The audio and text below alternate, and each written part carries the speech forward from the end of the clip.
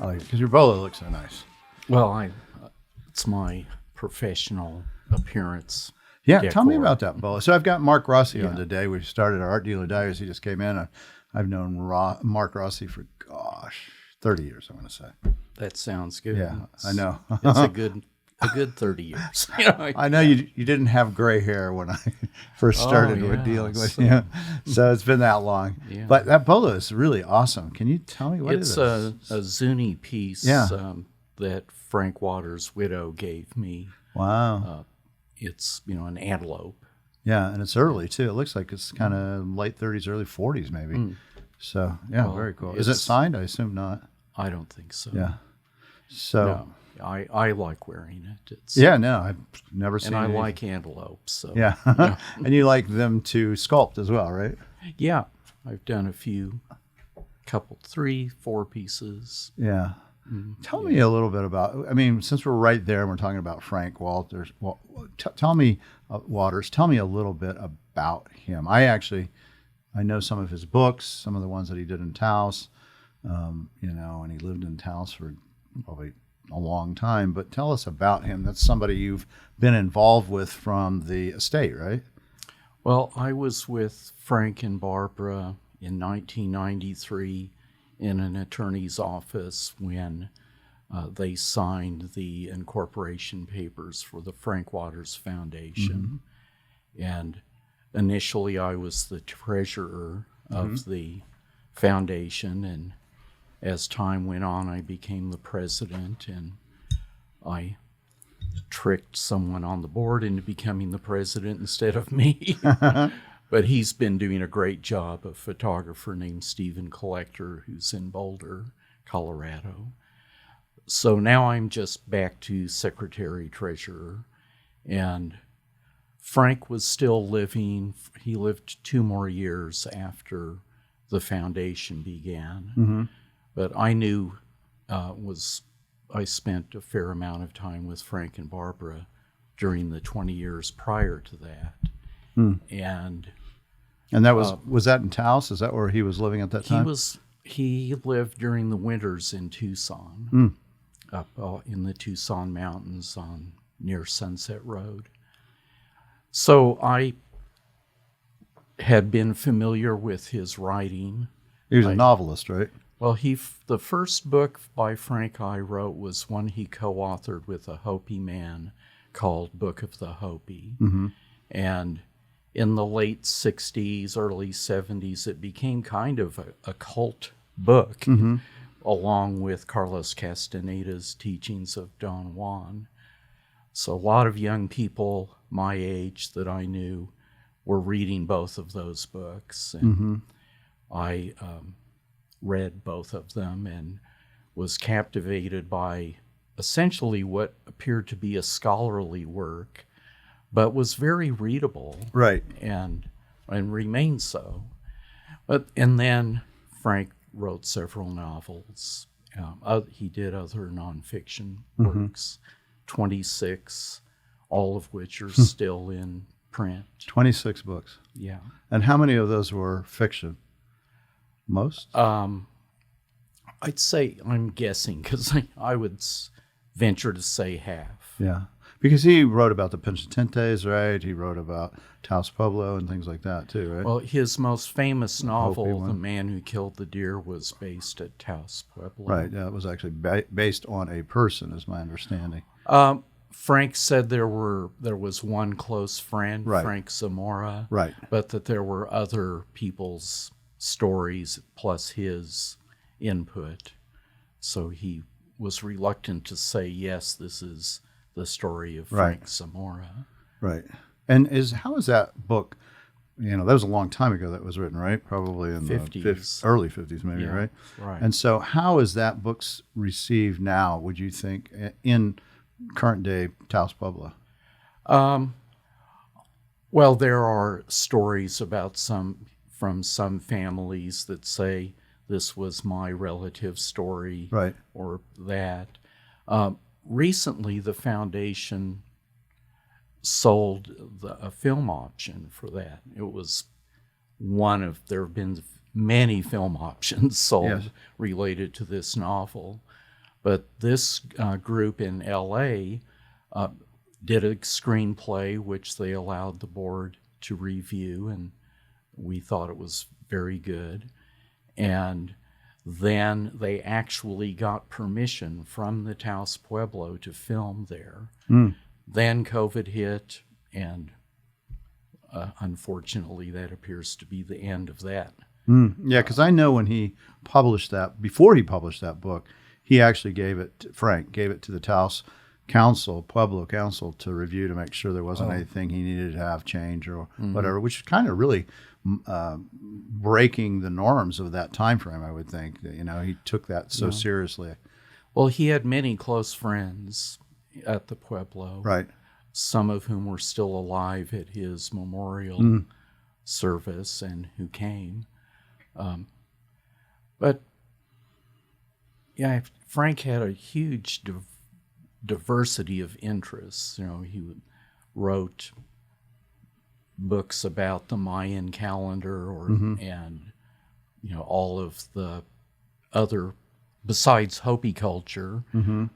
Masked Gods is a book about Navajo and other Zuni and other Pueblo cultures. Yeah, that book particularly is collectible. I know it's a collectible book. Well, at the foundation, housed in my studio and home, we have about 30 mint condition copies of that book. Oh, wow. Yeah, because it's also an early book. Yeah. Yeah, it has like a Hopi mask on the cover, I think, like a black cover, I think, yeah. And then, so what does the foundation do? What do they do? When Frank and Barbara were living, we had the use of the land in Arroyo Seco near Taos, and we built a small casita adobe building that could house resident writers or painters or musicians, and then a board member donated what became known as the Gypsy Wagon, which is a late 20s Chevy one-ton pickup that had a little gypsy-looking building put on its bed. So those were occupied by resident creative people during the summers primarily. Since Barbara's death, the land has been sold by the Waters Trust, and the foundation received some of the proceeds from that sale. So we're hoping we can find collaborative effort places to continue a residency project. I did a experimental run with a photographer who stayed in my studio here in Tucson. And then we are about to enter a fourth publication effort. So we have 3 books we've done, but this new book, started by Barbara's idea, is called, or will be titled, Frank Waters Country, and the New Mexico State Museum will co-publish it with us. So we're very excited about that. And it'll be a combined photo essay of places that Barbara sent a photographer, and then Frank's biographer, John Nisolowski, who's on our board, will be putting together excerpts from Frank's writing and lace that with his own biographical notes. And is it a trust versus a foundation? It's a 501(c)(3) or the foundation is actually a 501(c)(3). Yes. The trust has now been dispersed. Its job was to sell the property and disperse the funds. Oh, I see. And the rest is, so you do the foundation part. Right. Right. So you give to things that are appropriate that he would find of value? Well, of course, we're in charge of the legacy of his work, and we have intellectual rights to all of his writing, with the exception of Book of the Hopi, which the copyright is owned by the publisher, and the film rights to Woman at Ottawee Crossing is privately owned. So, we're kind of in charge of seeing that work remains visible. Hmm. And then we have writing workshops, we do exhibits, we have readings, we occasionally donate to other, similar efforts. Yeah, money to other things that you Right. think are important. Yeah. Right. And then you have some of his holdings as well. Well, by default, I'm the one holding the remainder of Frank's personal library and archives. And we've given most every of his archive to University of New Mexico Library. And I'm processing the rest, and we'll give more. And then we gave a section, of his library to UNM. So now we have just the remnant of the library. So what's your take on him? I mean, you met him, you knew him, you helped do the foundation. What's your... I enjoyed Frank a lot. I would stay at their home in Arroyo Seco and listen to him from the side bedroom making breakfast in the morning. He had steel cut oats, fried egg and bacon, and coffee. I'm sure he was a man of structure. Yes. Yeah, you do 26 books. He was. He said that he never had a problem. He just, sat down and wrote. Yeah. There was never a lack of idea. Yeah, I'm sure that's true. I understand that But concept. we would discuss dreams. Frank was very interested in Jungian psychology, Right. and enjoyed telling me and Barbara what our dreams meant. Right. And he was a wonderful man. Barbara would get upset with him and call him Dr. No sometimes because he got tired of signing everything. People wanted him to sign a magazine article or this or that. Yeah. But he was, I would say he was more of a contemplative person. He, was, when asked often about Book of the Hopi, because it had some controversy, there's a mix of, even among the tribe, say this story goes this way, and others say, no, it goes this way. Right. But Frank always said that all he had to say was written in the book or in his piece called, what was the name of that? All of a sudden slipping my mind. Pumpkin Seed Point, where he stayed on the reservation. That book is a journal of his time there. And he describes all of the incidences during the time that he and White Bear, Was that kind of late 30s, early 40s time frame? No, this was in the late 50s, early 60s. Okay, even later, yeah. Yeah. Because he was around at that time frame. Right, when was he born? Oh, well, he was born in 02. Yeah, so, yeah. Same year as John Steinbeck. Yeah, interesting. Yeah. Same year that Dixon took his first trip to Hubble. Yeah. 1902. And Edith Hamlin was born that year, too. Huh. I believe that was the year. Yeah, she was. So interesting that you have found this this has been a component of your life for a long time now. Well, yeah. And you did a sculpture of him, too, right? I did a bust of Frank and a piece of one of his hands. Both of his hands, actually. Was he famous in his day? Every time I drove with Frank and Barbara back from Tucson to Taos, because Frank became reticent to drive, his friends said, "I'll never go in a car with you again." So I drove his 66 Ford Galaxy, which was the only new car he had ever bought and owned until he died. And we would stop in Santa Fe or Taos to have a meal, and every time somebody would come up to him, total strangers most often, and say, "Are you Frank Waters? Could you sign this book for me?" Wow, that's interesting. And and he stood out. He was tall, lean, very recognizable. Yeah, he had a rugged face for sure. Yeah. Interesting.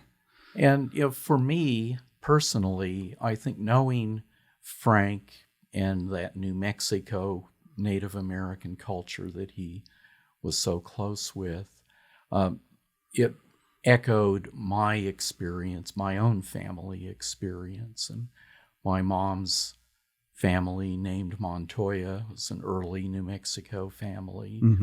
And over time, there was intermarriage with Native American people. Yeah, don't you have Apache in your background? And this was always a concern. Of course, I never lived on a reservation, but from childhood, this was something that was noted. And in my mom's family, her cousin, Loy, who lived in Alameda, was a farmer, was the family historian, and it was all oral history. But recently, many of my family members on my mom's side and my dad's and my own sons have, done the DNA thing, and all of those numbers echo, you could say precisely what my mom's cousin Loy, so oral history. So Native and Hispanic heritage. Yeah. So naturally it has an effect, Yeah, of course. It's part of my life. Yeah, it's part of who you were, and you wouldn't be here without that component of, Hispanic and Native interaction somewhere way back when. How far? And on the same note, Grandma Montoya refused to allow anyone to photograph her. And when I would ask her about our family history, she just said consistently, it doesn't matter. Only thing that matters is what you do with your life. Doesn't matter what anybody else did or.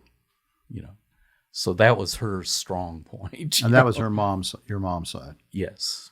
Yeah. Yeah, there's probably some kind of trauma, something there that she didn't. Well, she grew up in a time when there was a lot of discrimination. Yeah, racism. Yeah, exactly.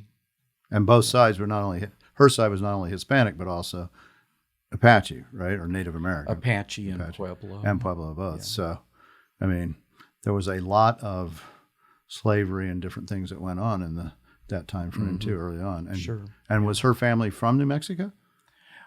Yeah. The Montoya family first came in like 1600. Yeah, it's a very New Mexico name. I know tons of Montoyas. Yeah, common name and super common. Yeah. So that's so interesting. But did you feel any of that growing up? In other words, did you go that you felt or knew you were Native American and Hispanic blood? Did that? Well, the Italian and the Spanish were the strong points. And when we would go to visit my mom's mother, she lived right close to the Rio Grande, and she lived in an adobe on a corner of this property that my mom's cousin farmed and raised sheep and horses.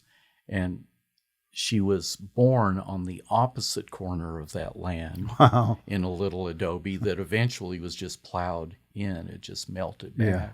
And then she died in the other adobe on the same bed that she was born in. Oh, my gosh. And what town was this, or what area? Well, it's right near Albuquerque. It's called Alameda. Now it's essentially a suburb. And so she grew up clearly right there. Yeah, she was. And her family before her and all that, all from New Mexico. Yeah, and that little stretch up to Bernalillo is where the Montoya family. I've known Montoyas from there, actually. Yeah.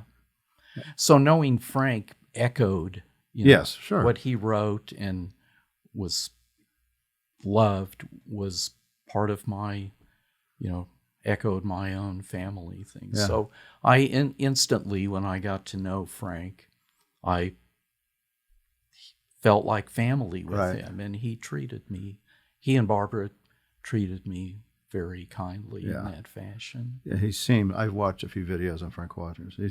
He seems to be a very empathetic individual. Yeah. I can just feel it, Yeah.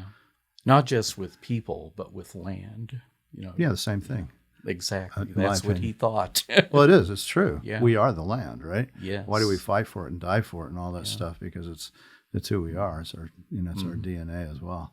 Right? Yeah. For whatever that is, or, dust to dust, ash is ash, the whole thing. We go back to the land, right? So, and in some respects, we are the land. Well, Frank said we eat the corn, that grew from the land, and so there we are. Yeah, no, it's true. 100%. Now you were born, I don't know if you grew up, but you were born in Denver, right? Right. In 51, something like that, right? And after 10 years, my dad took a job at Gilcrease Museum in Tulsa. That was Paul, right? Paul? Yes. So we, 6 kids, one of us in a 54 Mercury station wagon with a U-Haul trailer. Right. And a dog and a turtle and a cat. And the turtle was yours, I'm assuming? Yes, it was. Yeah. It was a box turtle. Yep. Yeah. I've had many of those in my life. Yeah. I had a ton of them growing up. I loved them. Mm-hmm. I don't know if I treated them as well as I should by keeping them in captivity, but Well, yeah, I understand that. For me too. I do remember being a child of about 9 years old and going to pick up my brother at the junior high, and somebody smashed a terrapin, cruelly with his boot. Oh. And I literally decked the kid in the stomach and who was 2 feet higher than me, and grabbed the terrapin and took it home and glued its shell back and got him back to life and that kind of thing. Wow. But yeah, I definitely have a soft spot for terrapins. Yeah. And so you moved there. Your dad was the museum director? Eventually. Yes. Yeah. What was his job when he was going there? Was that as a curator or as a... I think he was, from my understanding, essentially the assistant director. And Dean Crakel, who was an old buddy of his, they knew each other in Denver when Dean was a grad student, and my dad was an exhibits person at Colorado Historical Society, now the Heritage Center. Mm-hmm. So they kept in touch. They both had aeronautical interests and that joined them. And my dad was in the Air Force. I think Dean was. Was that World War II? Well, my dad was in the Air Force in between World War II and Korea. Yeah, right in that time. So right. he never had to get involved with combat. Right. But my dad ended up doing a lot of aerospace illustration as an artist, and was working at Martin Company, which is now Martin Lockheed, Right. doing Mars and moon landing paintings in the late 50s and early 60s. So was he trained as an artist? He had a degree in art from I know Denver University. I knew he did sculpture, right? Yeah, he preferred to paint, actually, but he did, I believe, some significant sculpture. Yes. But he ended up actually as the director of the Gilcrease, Yes. even though his training was And as he an was artist. director for 8 years, I Yes. believe. What a museum that place is. Well, it's, I thought I wanted to be an artist from the age of, say, 13. Yes. So getting to hang out at Gilcrease Mm. Museum, eventually we lived on the grounds in Tom Gilcrease's home. Oh my gosh. So I would just, come home from school and go to the museum. I'm going to go look at some Rands. We got a Yeah, bunch. Yeah, or Everything. Remington Russell, Bodmer, Sharp. Catlin. Yeah, everything. Well, plus even earlier Revolution period work, and the collection there is astounding. Or even pre-Columbian Yeah. work. And So- Pueblo stuff. They got some Pueblo Yeah. stuff. They have everything. And Tom Gilcrease used to go to Taos and just go through everyone's studios and buy their work. Frank knew many of the Taos colony painters, and Yes. he said, you always knew when Tom Gilcrease was in town, because when he left, all of the artists were having parties. I bet it's true. Yeah. I mean, can you imagine? I imagine so. And was Gilcrease, he was oil, right? Oil and gas, right? Yeah. He was half Creek Yeah. and half Scottish, and his allotment land in the Glenpool oil fields, it turned out that's what his allotment land was oil rich. And he almost went bankrupt buying so much art, didn't he? Like Sharp's, I think. Oh, he bought Sharp's entire studio. Right. And I don't know if he, the oil business certainly changed. Right.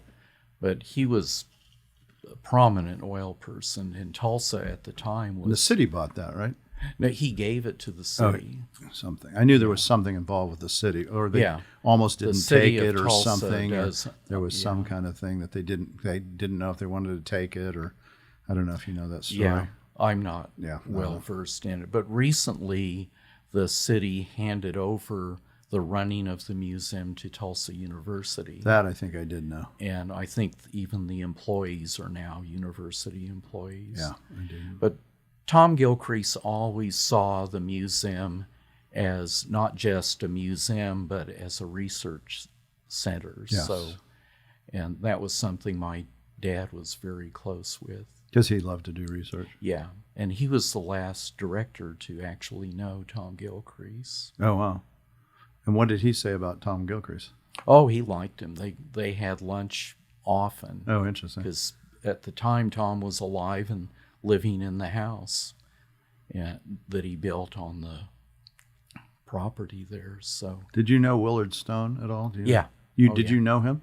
Well, I was around him a few times.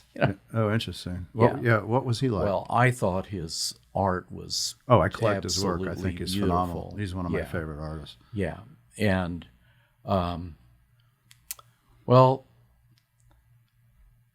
he was a very intense person. Was he? Especially if he was drinking. I see. And but I just adored his work and him too, by reference. But I can't say I really knew him very well.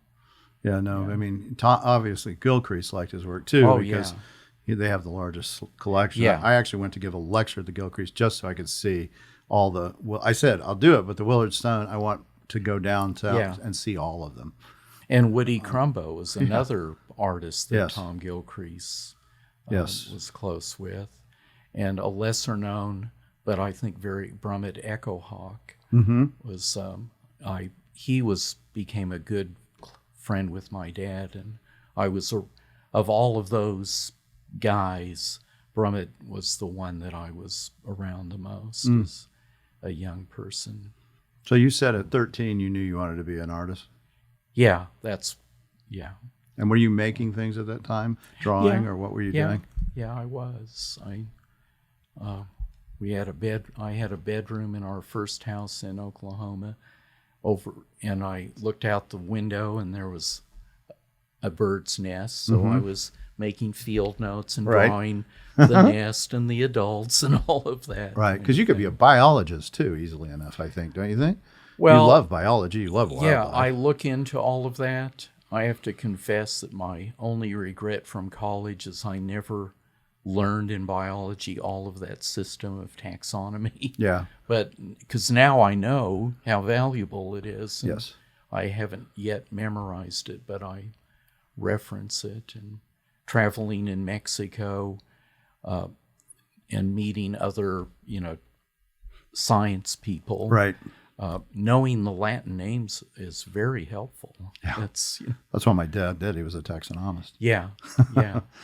So. Yeah, your dad was with entomologist. Fish. He was an entomologist, ichthyologist. Oh. Yeah. Oh. Yeah. So he named like 120 new species of chironomids. So that was drilled into my head, the Latin terms. It's I get accused of making them up, but listen, most people are going to want to know what they want to know it's the red shiner, not that it's Notropus lutrensis. Right? Yeah. They know what the red shiner is. The other thing they don't know. So, did you win any awards or anything when you were in school? Like, were you known as kind of the class artist at that point? Well, I did portraits of friends from like 6th to 8th grade. Right. That they were commissions, and I got enough money to buy a comic book, Oh, yeah, there you go. And well, that tells you something, though, right? You go because you're making money. You can buy things that you want through your art. Well, sure, yeah. Even though I also had a paper route, which was more lucrative. Yeah, I had that too. But if I could have done that with the art, I think I would. Well, I did do that actually, I guess. But that was making. Well, then beadwork when I was in high school, I went to a really good high school, a private Catholic school, and they didn't offer art classes until I was, till my senior year.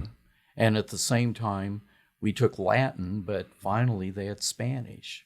So I got really good grades my senior year because I they took had Spanish and art. right, you know? things you wanted to do or were interested in. Yeah. Yeah, and your grandmother was Spanish.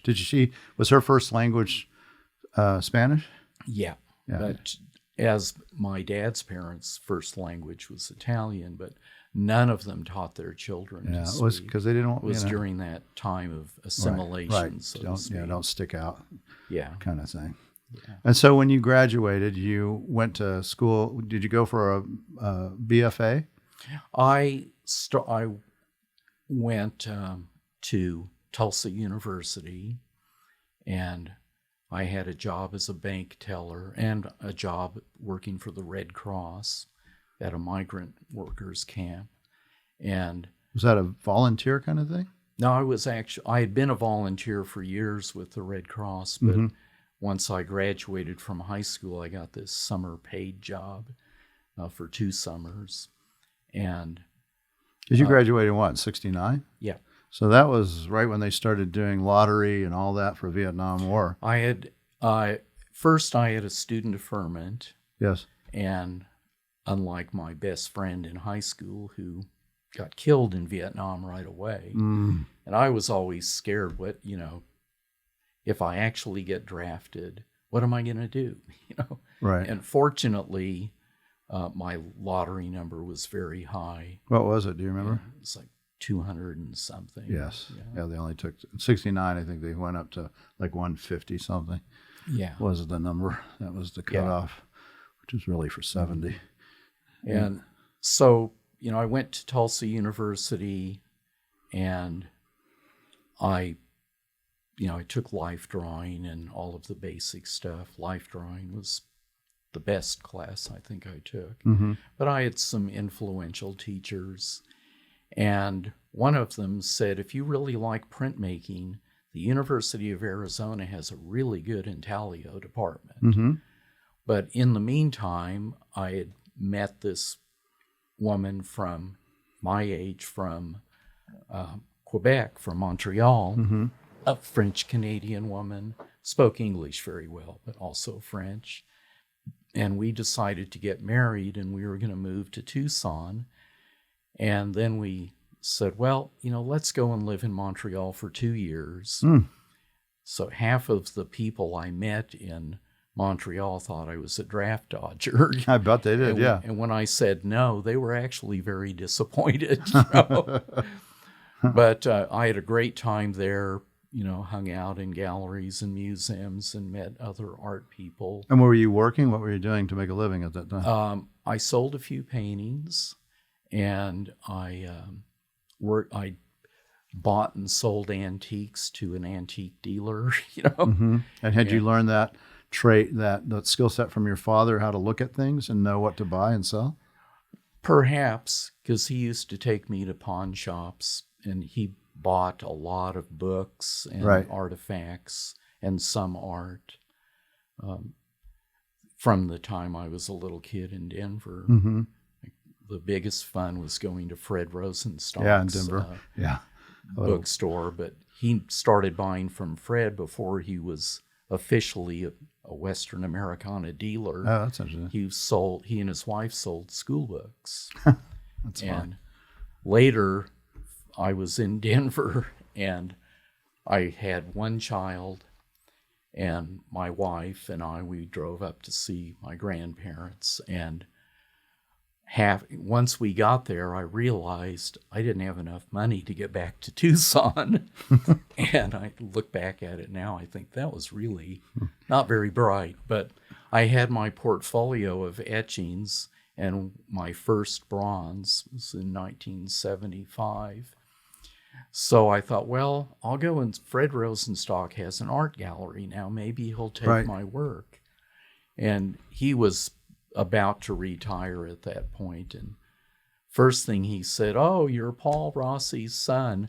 I wish I had at least half of what I sold him back, and I have some gems that my father bought from Fred. Right. But I think Fred just read me, and I showed him my etchings, and So he said, well, what do you sell these for? And I told him. He reached in his pocket and pulled out this big roll of cash, Right. and peeled off enough money for some of the etchings, and said, oh, we're going to hang these back by those 2 Thomas Morans we have, which of course, was, Right. I was in Right. my early 20s. I was ready to launch off the earth, but I had enough money to get back to Tucson. Right. So, And so when you were done in Montreal and you came back, that's when you went to Tucson and got an MFA, I assume? No, What'd you get? I took a lot of intaglio, classes and a couple drawing courses, but I never got a degree, not even a bachelor's degree. Was Moira Joffrion, was she there at that time? She came in the teaching department just maybe a little bit after I left. But I remember when she was there, when she first came. So you were doing etchings primarily and starting to do some bronzes in like 75? 75. I sold enough etchings. I wasn't making enough money to make a living. I don't think anybody does on etchings. But I sold enough to buy mold material and things like that. Plus, I had been helping my dad with a big sculpture project, a lot of his saddles. That's what he was known for, right? And I eventually, he handed over the whole thing to me, and I did all the wax work and got them through the foundry. So I got my first foundry experience during that time.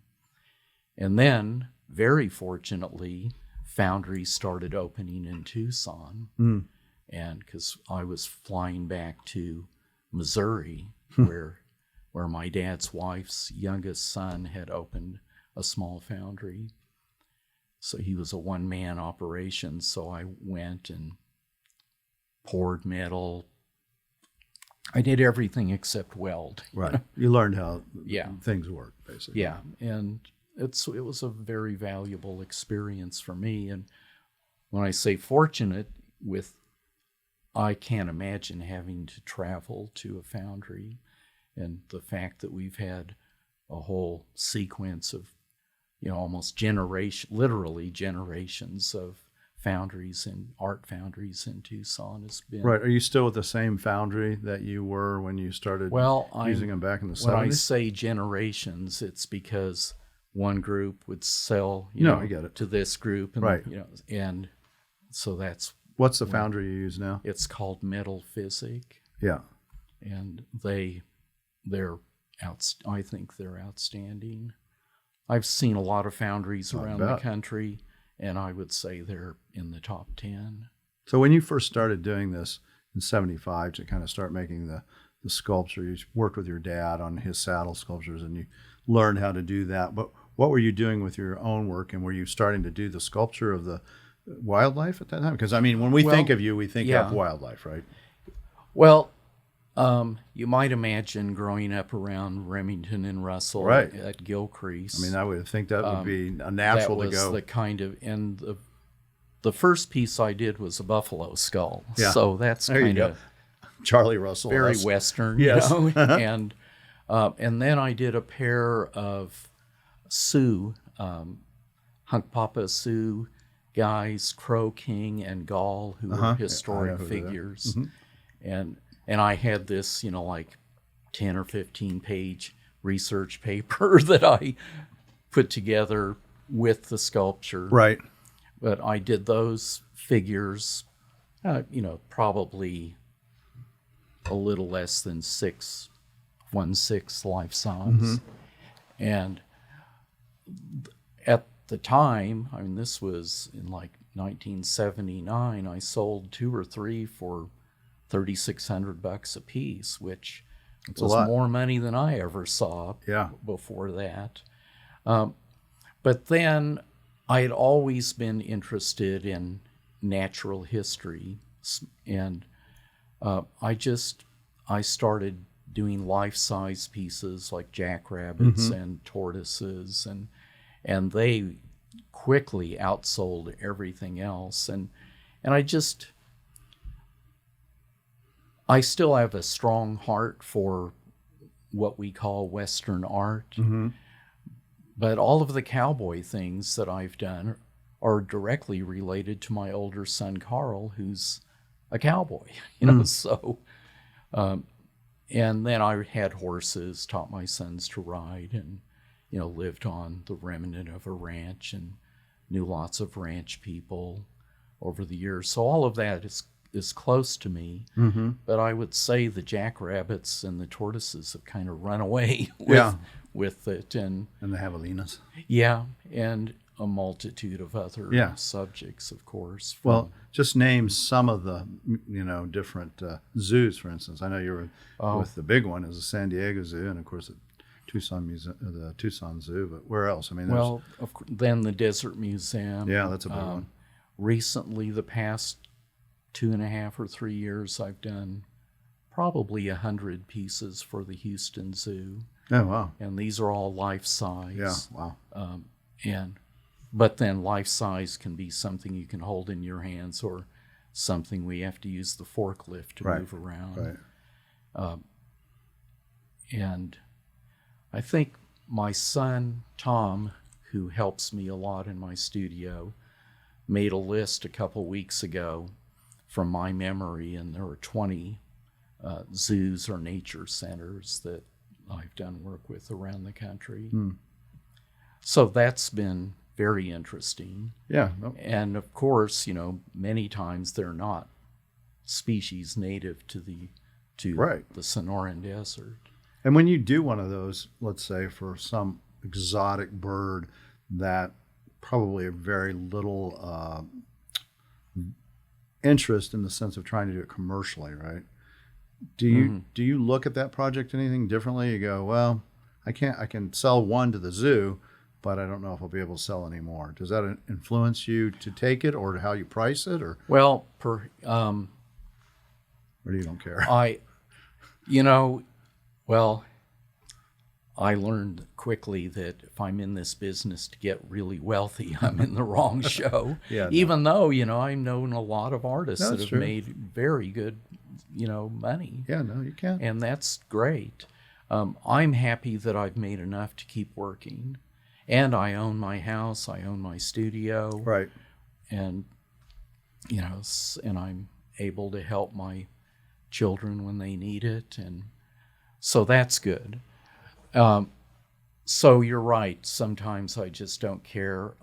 As long as they can pay what I ask, which I think is very competitive in the very business. much so, yeah. It needs to be, or I probably wouldn't get these commissions. So I look at them and I go, oh, well, here's a list of 10. 5 of them I would like to do anyway. And maybe 2 or 3, those will be interesting. And then the others, well, they're not very big, so I can just do them and call it part of the show. Right. But and then there are so many species in the Sonoran Desert that are in the rainforest in southern Mexico also. And so there's a lot of mix and match kind of things. And I kind of have a penchant for doing really odd things like, a frigate bird, or, there are subjects that I've thought about for years, but I thought, well, if I do it myself, I don't know where I'm going to sell it. Right. So somebody shows up and says, here, we'll pay you to do this. So I jump on it. Booby or something. Yeah, I did a pair of those. It would be fun to do that. I mean, well, and they're part of the Sonoran Desert, actually. I didn't know that. But they're down in. I actually caught one in the Sea of Cortez trolling for fish. Yeah, and it landed on the lure. And how did it taste? No, we we let it go. I've caught many birds fishing actually, and you just try not to get too beat up when you try to take the hook out. Yeah. Gulls are particularly, and pelicans and everything else. Yeah. So. Yeah. Well, we have pelicans show up here. They're a Sonoran Desert. Yes, I've seen Technically, they're Sea of Cortez. Yeah. But I did several that are somewhere in California. And so, yeah, that diversity of subject matter is enticing for me. So when did you start going with galleries? I mean, you've been in my gallery for, again, at least 25 years, but when did that happen for you? Well, there were always, little situations, like the place I went to frame my etchings had sold some of my sculpture, but I think Jeff Mitchell Brown Gallery was the first, what I would call big time gallery. Right, and it was, and that was when he was here in Tucson. Yeah, but very soon afterward he moved to Santa Fe. And then, because of Jeff, he kind of introduced me to you and to Ray Redfern in Laguna Beach and to a gallery in Vermont, which no longer exists. But so you and Jeff and Ray are, the what I would call more national, galleries. Well, Ray especially had, I think, and does. I assume Ray's still doing business. Oh yes, as a gallery, he's very high end quality. Yeah, and very few contemporary arts. Just a handful at the most. Yeah. I'm one of I'm the only sculptor whose work he shows Gregory now. Holt shows there, and I show Gregory's. Yes. Yeah. And there's not much. Yeah. Interesting. Yeah. And so when you started, at what point was it you go, I've got to do the wildlife? Was it strictly, I'm selling a lot and doing well with these, I think I'll stick on this route, versus the Western cowboy kind of stuff? Well, I think it was kind of like with the printmaking. As soon as I did this little buffalo skull, and it sold, then I did another piece and another, and I love to draw, but sculpture is drawing is inherent to sculpting for me. I would think, yeah. So it's just, I enjoy all of it, and there's a strong call for, wildlife. I call it natural history or nature subjects, because I've also done, over the years, over nearly 50 years of sculpting, I've done about 50 portraits, many life-size. Yes. And then I've, done some human figures. The first public piece I did is at Udall Park, near where your gallery was, of a Tohono O'odham woman, a little over life-size, and it's based on a woman I knew, my very first life-size portrait, or sculptural portrait, was of Juanita, and then I based this bigger figure on her, and we set this standing figure in the middle of, we used cool deck material, swimming pool stuff, and did a man in the maze design, about 14 feet diameter, around the center pedestal that has the bronze on it. And is that equally, do you enjoy equally doing the portraits as you do the wildlife? I mean, it's totally different different, clearly. Yeah. And I've seen your portraits and they're beautiful, Well, I could say in a certain mindset that I talk with the animals that I sculpt, but sure. But have to, don't you? But but naturally, if I haven't enjoyed as much doing portraits of people who are no longer living. It's a tough one to do. But the people who are alive, and I get to the energy, visit with them, and the stories that people tell me about their lives are just fascinating, to say the least. And that was the case with Frank Waters. I did a bust, 2 portrait pieces of Jack Goodman, but the one I especially like is at Tucson Museum of Art, and he was a delightful person to visit with. I didn't know him at all until the Friends of Western Art, through Jack's wife, Aileen, asked me to do this piece, and it was a lot of fun. Yeah, I could see that. Yeah. And what was it like when you showed Jack his sculpture? I don't know what he thought of it. You didn't get to be there when it No, I wasn't there. Wasn't a Peter Hurd, Lyndon Johnson kind of moment. Yeah. Well, I did a bust.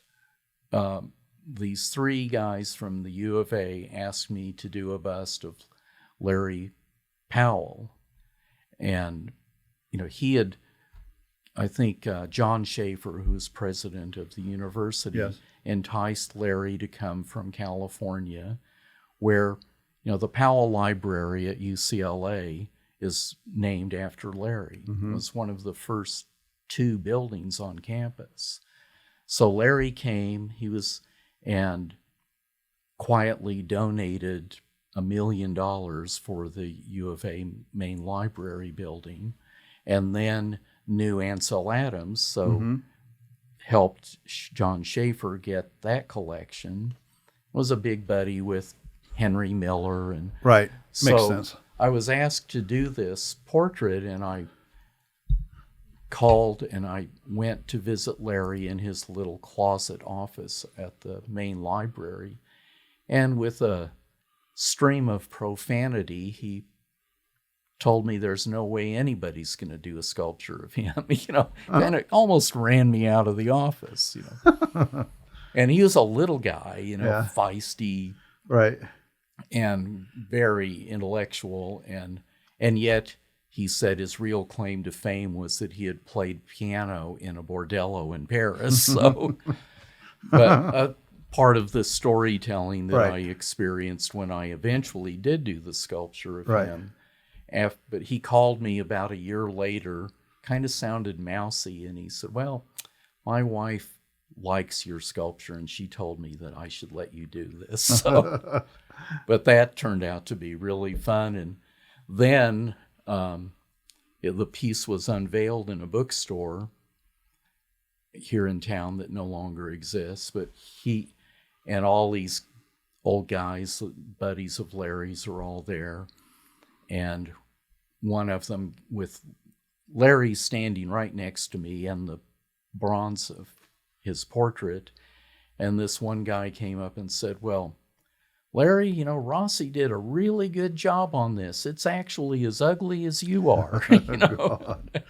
So, Frank thought that my sculpture of him made him look too old. Yes. Well, I think probably all, especially men, are probably bad about it. They always think they don't look like that, right? I said, "Don't worry, Frank, someday it'll make you look young." Yeah, I was going to say you'll grow into yes. it.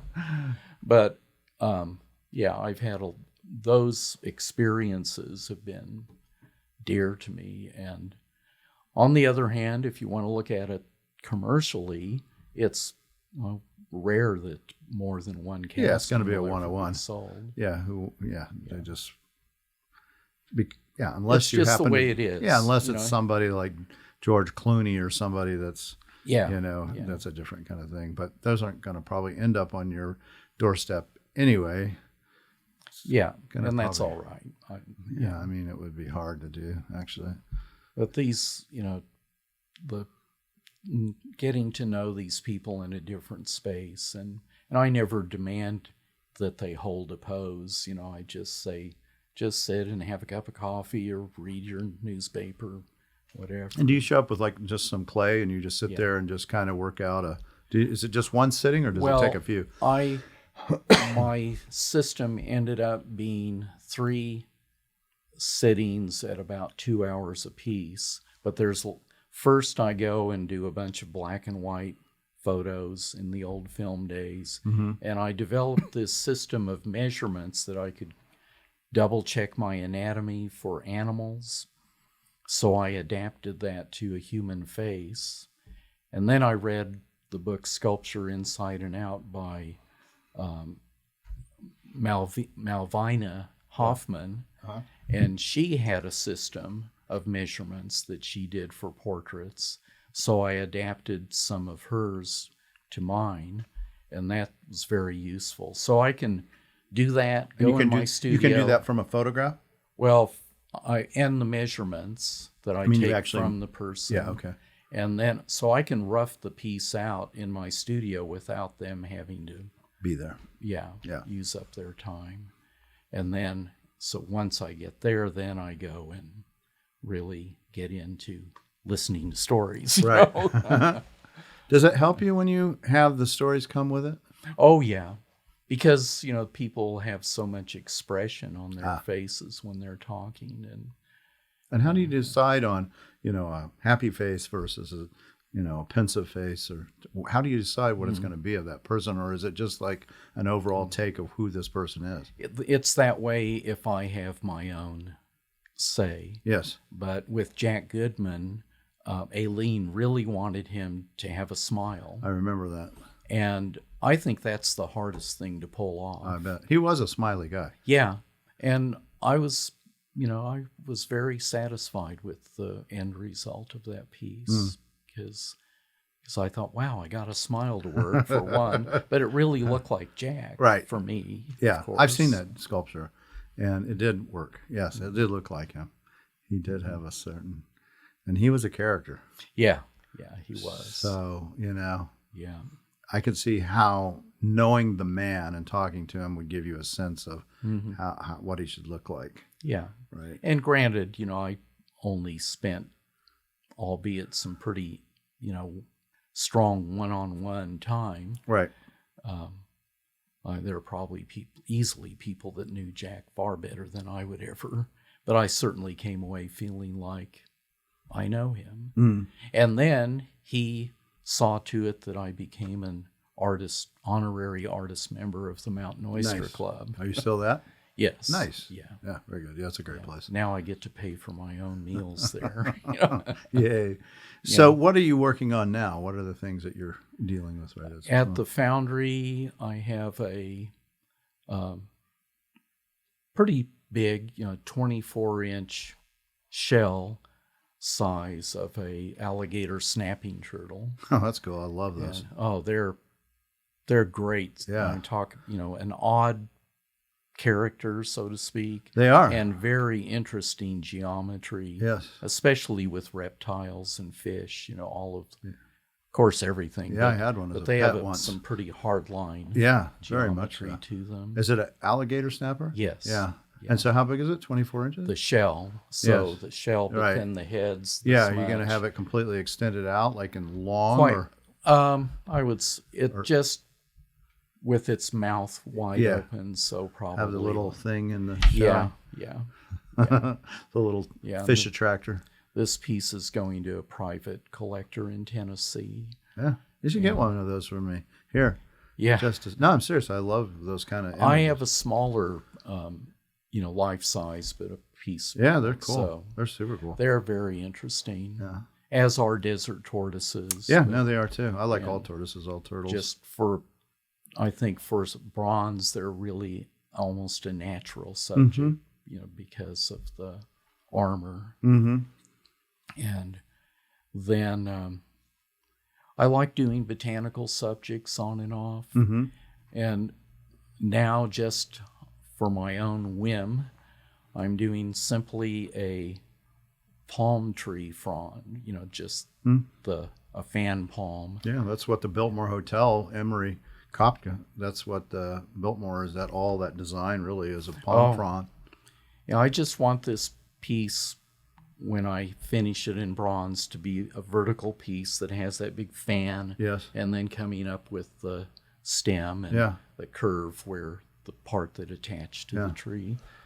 So one blew off of a neighbor's tree and was in my yard, and I put it on the front porch, and then I thought, I'm going to take this to the studio and just do a clay piece Right. of it. So I almost have one side finished, Yeah. and then we'll make a mold of that and flip it over, and Yes. I'll do the other side.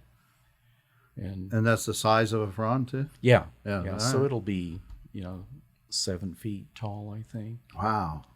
It's, Really? I And think. will it- It's probably like so. Yeah. Yeah. Somewhere. So in will there. that hang on the wall kind of? I thing? want it to stand Yeah. vertical, free standing. Yeah, that sounds like the way I would probably do it. You can kind of say it's a conceptual piece. Yes, very much but, so. Yeah, that's a different thing for you. Yeah, yeah. I also have a piece partially cast of the native night blooming cirrus. Yeah, I love those.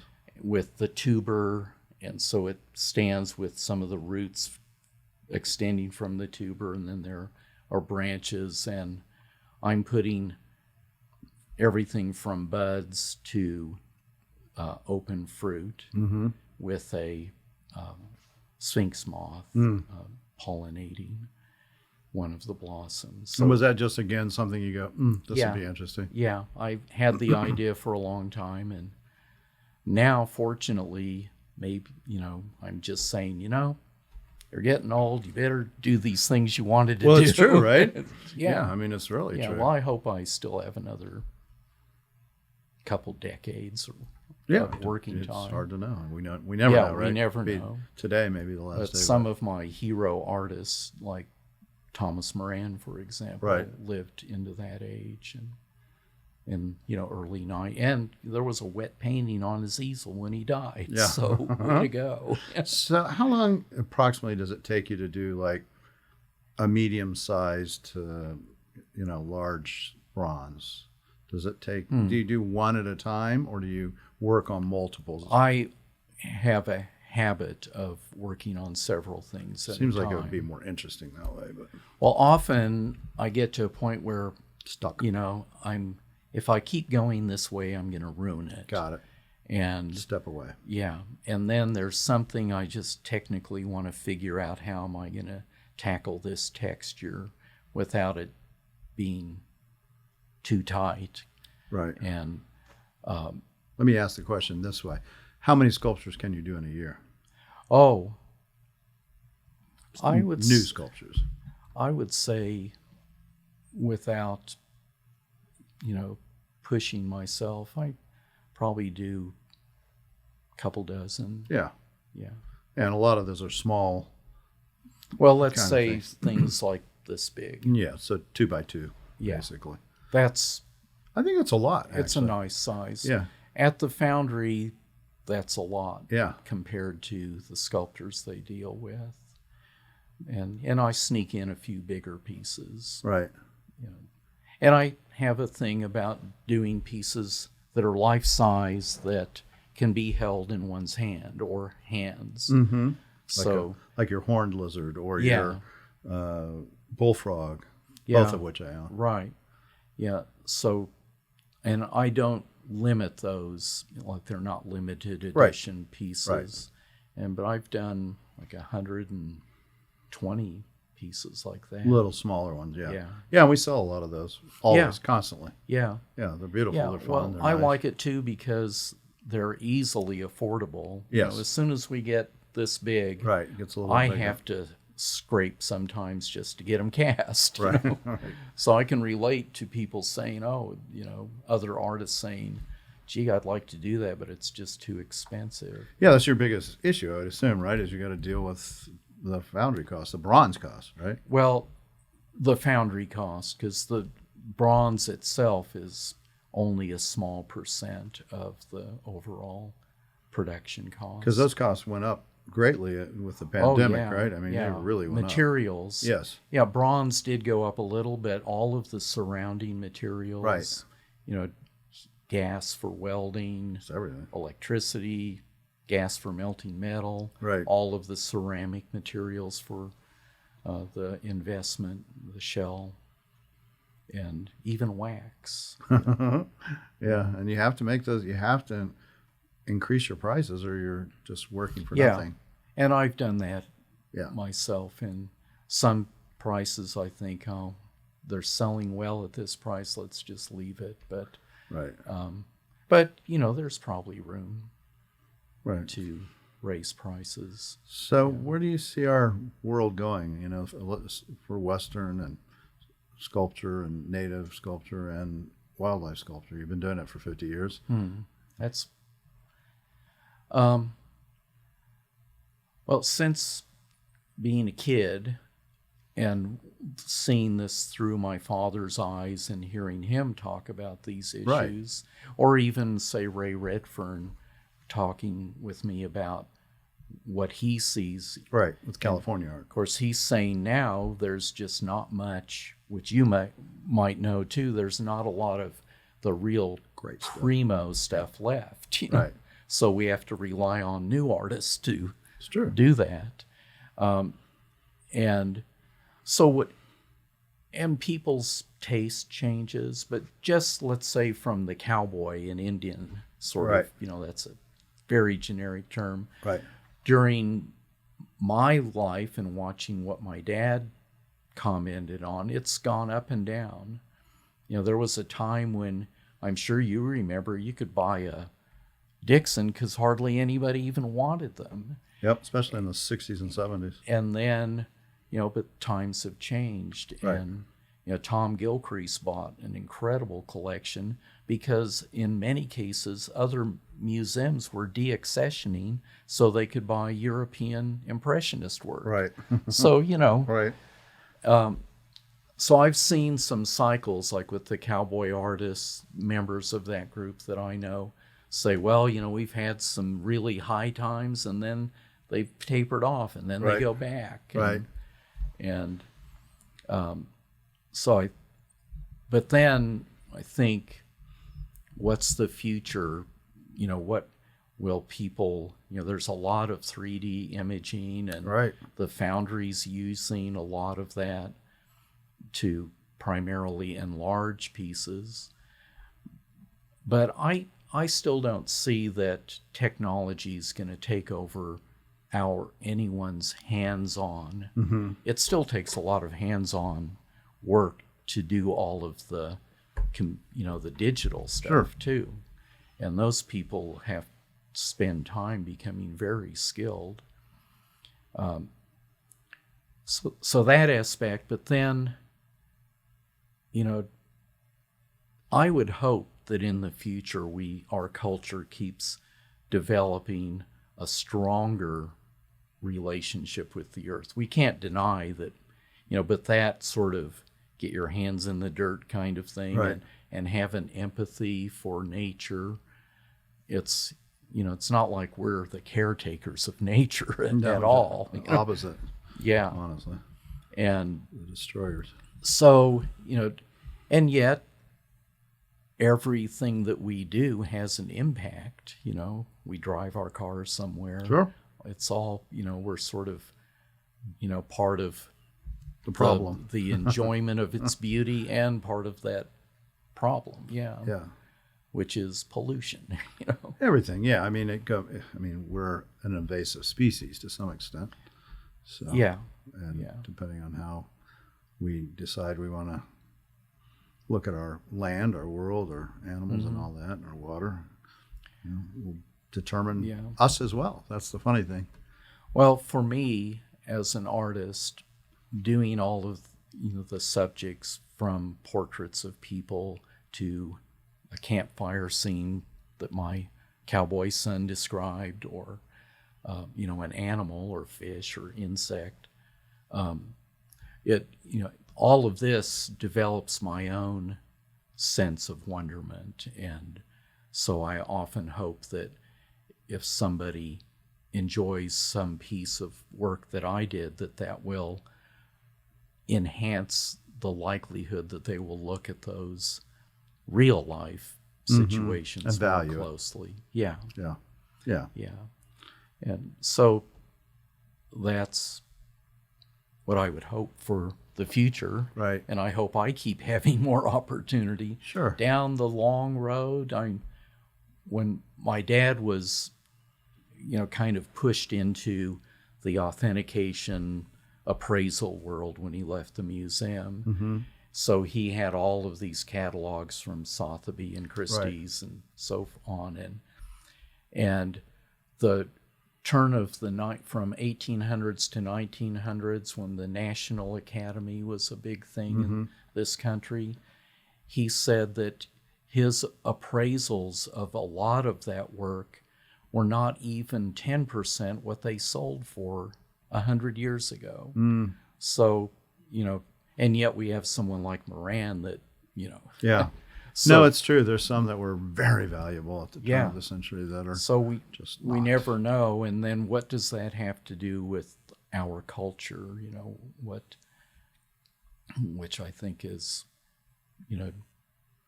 people, my closest art friends, we all agree that art is really a verb. It's not an object.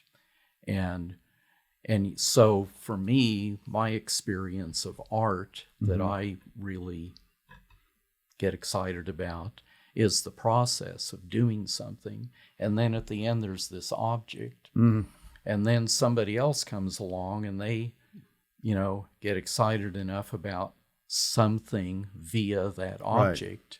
And they put as much energy into buying it as I did in producing it. Yes, the emotion of that. Yeah, object. so that's their, so art to me is their experience and my experience, and then we have this object in the middle. Right. And you which don't is- even know how that object can affect everything else, right? Yeah, it's, The Da Vinci, Oh, painting yeah. that came up and sold for whatever $450 Yeah. million, and how culturally an object becomes this thing and this happening and continually will, which is translated in money.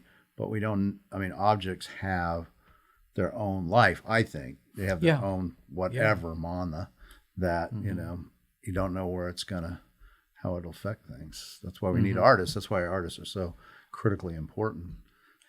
well, it certainly has been the case for, I call myself a sculptor, and I hope that I make art. Right.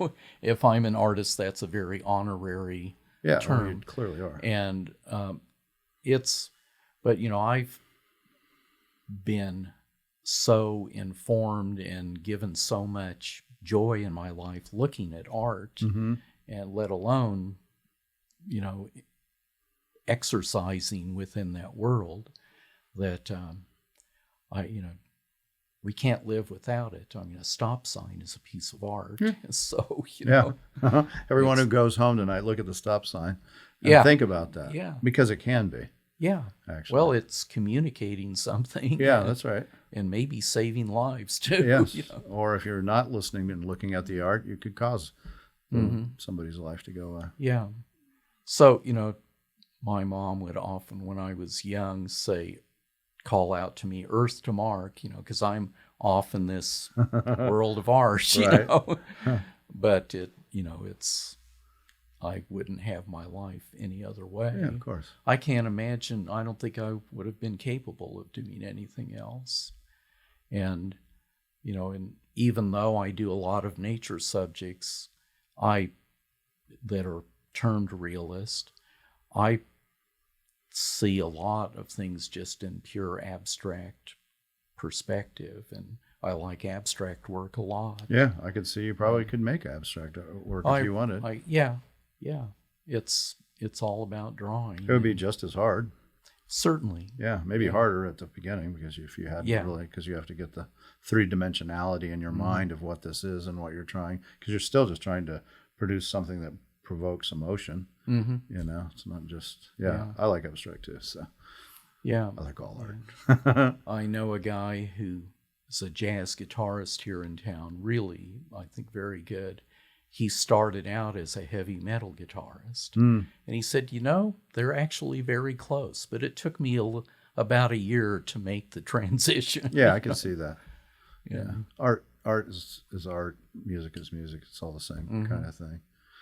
All right. Well, unless you have anything else you want to share. Oh, well, it's been enjoyable talking with you. Yeah, nice to sit down. Yeah. I've known you so long, and we get to share occasionally, but it's nice to get to hear the backstory.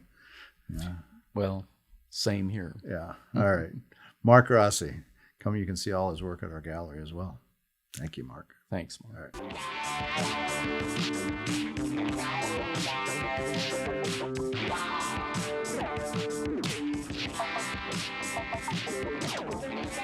right.